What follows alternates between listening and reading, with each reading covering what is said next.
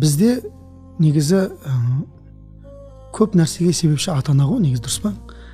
Бізге бала кезден сен осы саланың маманы боласың, сенің табиғатың осы салаға сай келеді деп баланы бейімдеу жоқ сияқты. Бізде баланы өзіне тастап қояды ше. Бізде бала мысалға қыздың күйеу таңдауына да, жігіттің қыз таңдауына да араласпайды ғой бізде. Өмірдегі ең маңызды нәрсе ғой ол, дұрыс па? Мысалға келінің жақсы болса, қарттығың жақсы өтеді дейді ғой.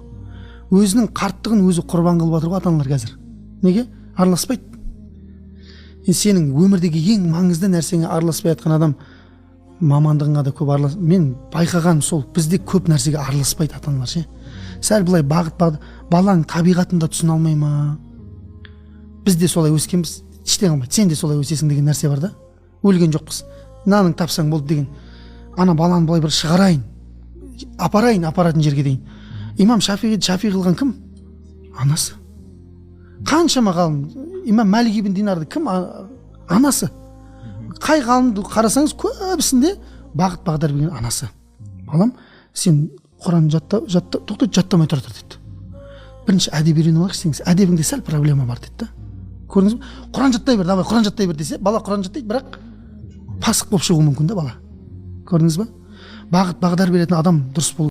وَإِذَا سَأَلَكَ عِبَادِي عَنِّي فَإِنِّي قَرِيبٌ أُجِيبُ دَعْوَةَ الدَّاعِي إِذَا دَعَانِ فَلْيَسْتَجِيبُوا لِي وَلْيُؤْمِنُوا بِي لَعَلَّهُمْ يَرْشُدُونَ. Әл-Ихлас сүресінің құдіреті.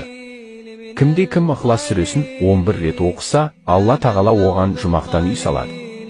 Кім Ихлас сүресін оқыса, оған 3-ші Құранды оқығандай оқылады. Егер 3 рет оқыса, бүкіл Құран оқылған болып оқылады. Кім Ихлас сүресін 12 рет оқыса, Құранды 4 рет толық оқығандай болады. Егер ол әлі тақуа болса, сол күні жер бетіндегі адамдардың ең жақсысы болады.